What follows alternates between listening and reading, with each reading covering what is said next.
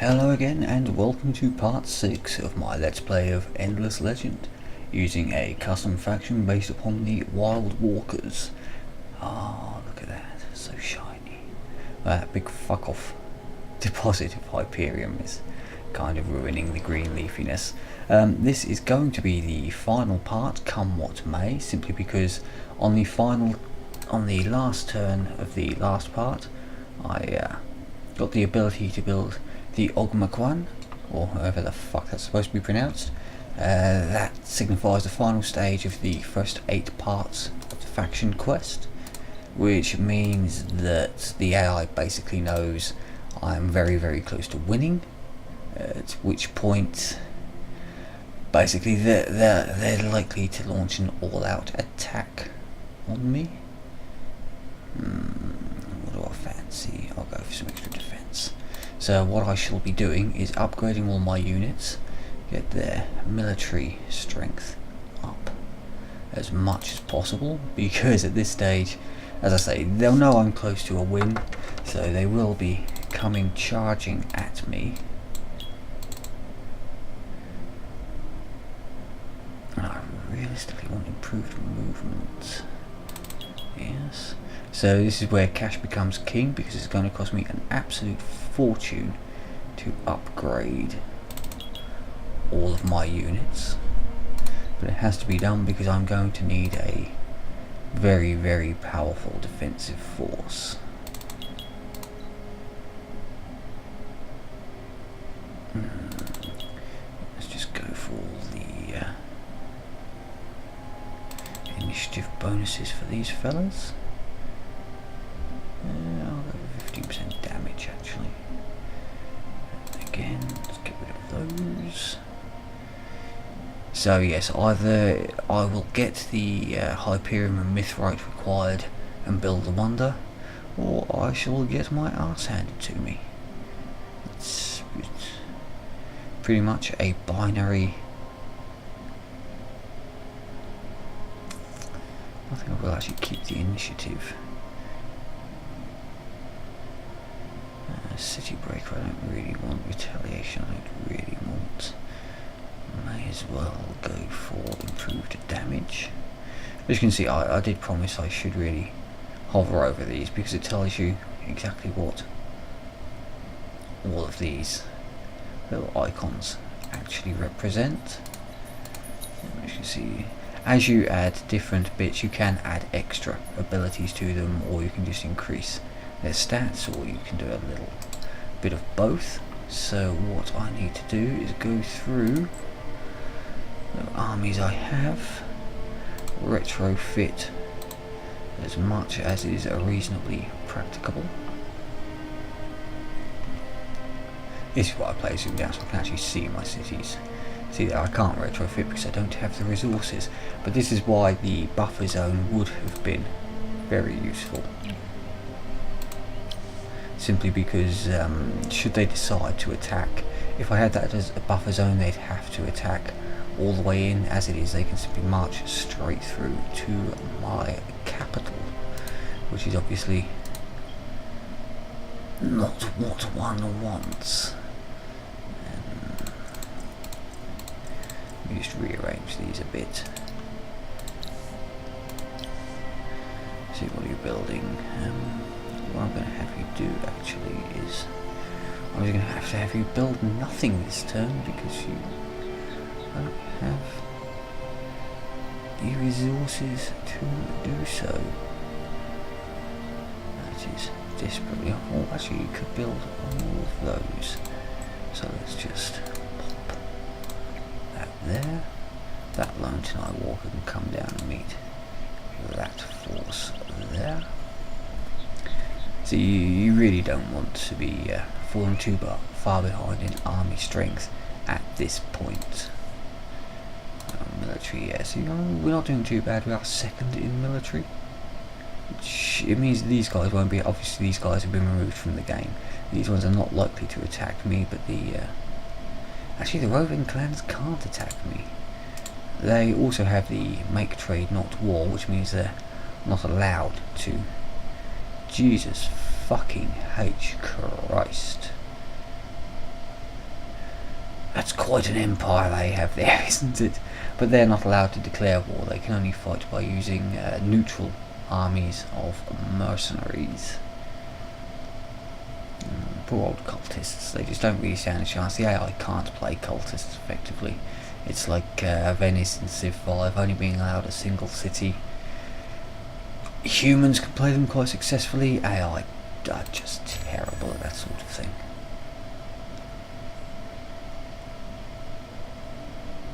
Winter has come. Well, on the bright side, that will slow down the invading armies, while not massively affecting me one way or the other. See the scroll bars getting longer in addition to all the previous effects. Minus health regen, although that's not really important to me. Here comes the market man, Mr. Extortionist. Well, I don't really have the cash to buy anything, although I would very much like to get Mithrite and Hyperium. I've only got a couple of those resources. See, I only have one of each. Due to the faction trait I picked, I will be getting 2 of each per turn, but if I want to do this quickly, what I'm going to have to do is buy a lot of it off the market.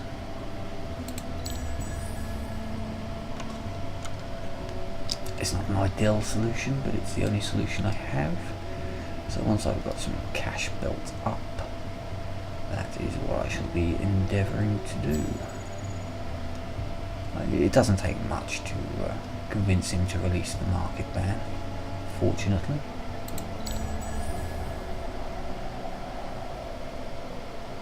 He requires so many resources to do these retrofits.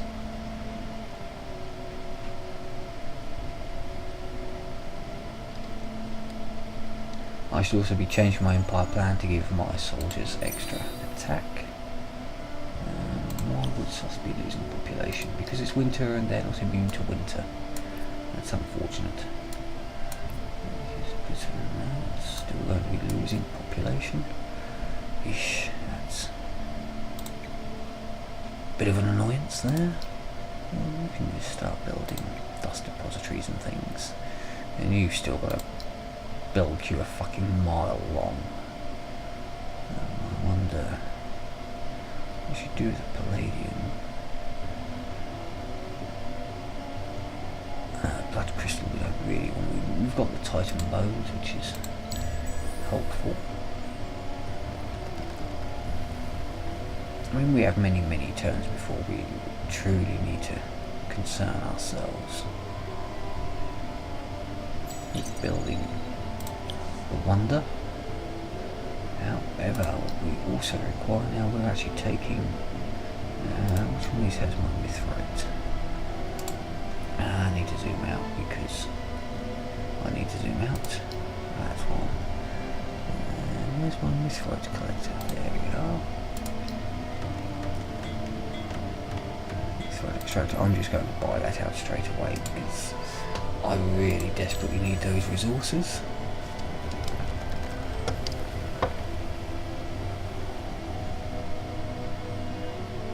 Collecting 2 Hyperium a turn, I should be collecting 2 Mithrite a turn, so that would be 20 turns to get the full amount. Oh, he only wants 1 Mithrite, fuck it, I'll accept that. Because I'm going to be buying.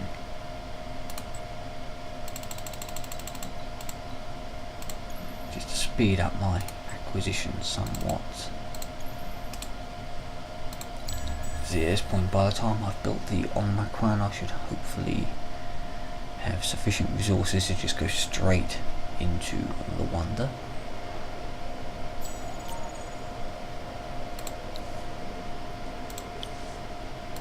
Try more people built. A bit more science, I think. Because obviously I am going to be wanting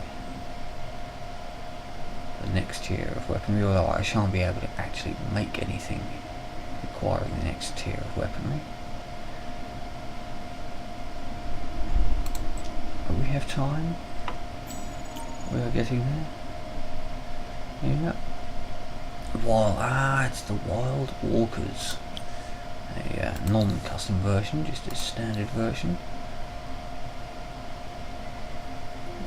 We're not really going to get have enough time to get all the way to Ignorance of Winter, so let's just get some extra gold. That's the problem with it being so late grabbing these heroes. It takes an awful lot of time to level them up.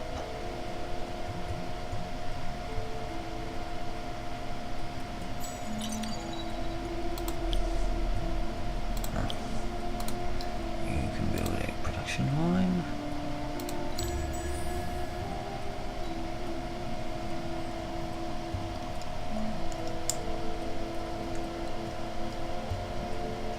And these buildings also require these strategic resources that I'm hoping to use for upgrading my armies, should they decide to kick off big time. I'll see if there's any here. I'll reactivate that. Can I actually activate my Titan boats? Yes, I can. Why are we not already activated? Activate all the things I possibly can.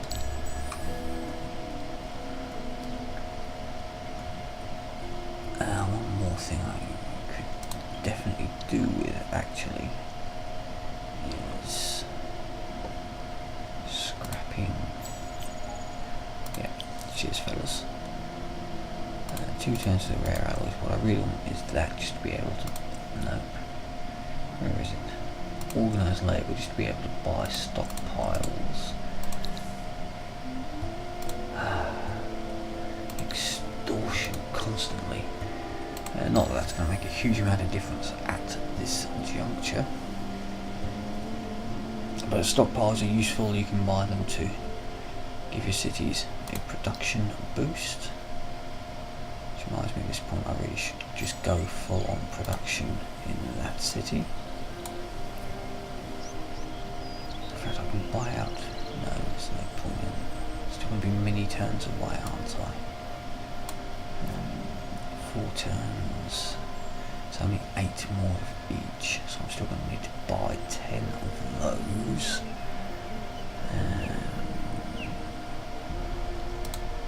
Best way to do this, I'll need to get him to remove that fucking market ban in return for. I know I have a shitload of random shit I don't need at this stage of the game. And about 20 glass steel now. Come on, come on. You know you want it. 35 glass steel, that will do. Which means I can then buy 10 more of each of those. Say 4 turns is 8. That will actually be just about correct. And it'll also time well, so I can start buying stockpiles and just ramp up my production up. Get the wonder, get the win. He has nothing really to make, so I'll again throw him over there. Have him making another Tenai Walker. New Empire plan. That's that. That's that. That's all good. Yeah, it's the timing thing, the game pacing I was talking about. It just gets so ridiculously quick towards the end. There were so many things happening. You feverishly try to get all your shit together and get the win before the AI comes and it goes, no, fuck you actually. You cannot win. It is not allowed. See, I've got the Hyperion, I've nearly got the Mithrite, one turn. I love it when a plan comes together. All I need is for the AI to not fuck me over. Essentially. I mean, this is only on serious difficulty. I mean, there are still 2 more difficulty levels to go after this. but I'm slowly getting the hang of the game. I do need a bit more experience with the other factions just to see how they play. It's possible I might find one I prefer to the Wild Walkers, but the fact that you don't have to spend 6 hours in endless combat is a definite plus to this particular game style. I've got the glory. Ooh, growing buildings. Extra production cost reduction, always good. And that is the wonder. As you see, it requires 36,000 generic units of construction, along with a shitload of resources, which is why I bought them all. Now, do I? Yeah, that'll give me some extra production. Fuck it, why not? Temple of the Earth's Core, so there you go, straight into production. Oh, you motherfucking son of a cunt. Stop it, you piece of shit.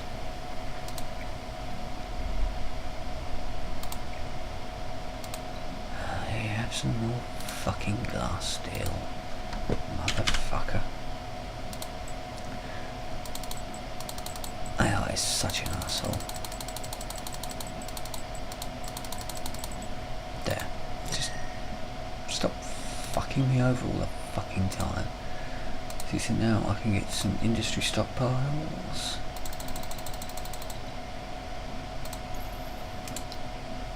Which will allow me to build things faster. And that will also give me a nice little building boost. Thank you. And Temple of the Earth's Core, that's going to take 19 turns as is. But if I go into this screen, as you can see, I activated the boosters for Glass, Silk and Titan Bones. And you can actually use stockpiles as additional boosters. You just select which city you wish to use them for. It's a little bit annoying that you can't just automatically do it from the city itself. However, now I have all those stockpiles. They are, if, for the sake of argument, I were to run out of things I could build there again, you can actually build a stockpile and it converts your production into an extra. As I say, it's very inefficient, costs 2,500 production and only stores 725. But if you've got nothing else to build, you may as well have them. You can also get the canneries, which turn 2,500 production into 725 food, or the university to turn production into science. It's woefully inefficient, but if you've got nothing else to build, then it's a perfectly reasonable way to waste an awful lot of money. See, as you can see, because I've got stockpiles running, I'm building a huge amount, and that can actually be built in 7 turns. So I just need to keep on keeping on with the stockpiles. This is why cash becomes so important, because it speeds up this part of the game so massively. So that's now got 8 turns worth of stockpile building, 7 turns worth of production, 7 more clicks of the end turn button, as long as the AI doesn't decide to launch a mass attack from all sides. This game should be pretty much over. Yes, I have started building the Temple of the Earth's Core.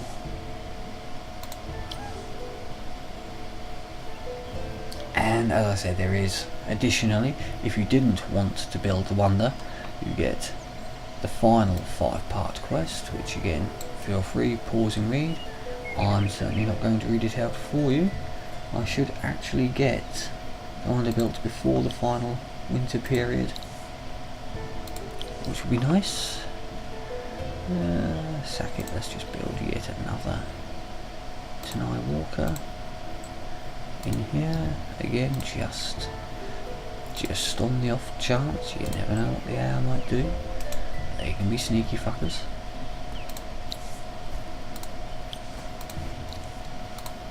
There's also been more buildings. At this point, what I'm doing in the other cities is largely irrelevant. It's only the Wonder that matters, and that will kick in 4 turns time. So as I said, this was always fated to be the final part of this Let's Play. He's close to an elimination victory as well. He must have just wiped out yet more capitals. Jesus. That's... yeah, there is... it's very much a 3-horse race here. I don't see the Roving Clan's horse winning. The Wild Walkers could possibly win, but it would mean taking me on, which... it's possible. Yeah, so he's getting pissed off because the AI knows that I'm on the final stage of the faction quest. So that's why the AI are likely to ramp up their aggression and do whatever they can to get their win before I can get mine. However, I only have 3 turns before I've won. So there's really not an awful lot they can do short of charging their army, and to be honest, even if they charge their army in right now, I should be able to slow them down sufficiently. Let's have a look. Just in case they do decide to go for one, I'll take some extra attack on my units. I don't realistically need many of those. Instead I'll just go full military, extra health, less gold on upkeep, purely for the sake of, you never know, they might try and pull a fast one. We are dealing with AI after all. They can be kind of arsey. Just upgrade those people. If they do choose to launch a sudden all-out counterattack, I just want to line my armies up at the borders and just force them to grind through. That's the beauty of the 6-turn limit on fights. They can't realistically conquer any cities all that easily, as long as you can keep throwing units at them just to bog them down in endless combat. Of course, it's a two-edged sword, because if you're the one going for the conquest victory, you're the one that has to grind through 20 turns worth of combat, 6 phases per turn, just to capture a single fucking city. Which is why I don't like going combat in these games. If you go early, it's not too bad, but if you leave it till late, I'm not even going to bother building anything else. Yeah, I'll take a vision map exchange, why not? It's a bit late in the game for me to really give a flying fuck, but since it's possible, wow. See, they've got some, a lot of cities, a lot of people kicking around here, a lot of armies. As I say, if you as a human play the Roving Lords faction and you want to go conquering, what you have to do is hire mercenary armies, equip them and then send them out on the attack. It's expensive, but it's pretty much the only way you can do it as the Roving clans. So you can buy all sorts of luxuries. You don't need to actually have them yourself, but I prefer just to... It's nice when you can get some Titan bones just to give you that production bonus. But you can always buy them. There are so many things to buy in this game. Your gold gets spread rather thin, rather soon. And this should be my victory screen. Emptied my research cube. I have achieved the wonder victory.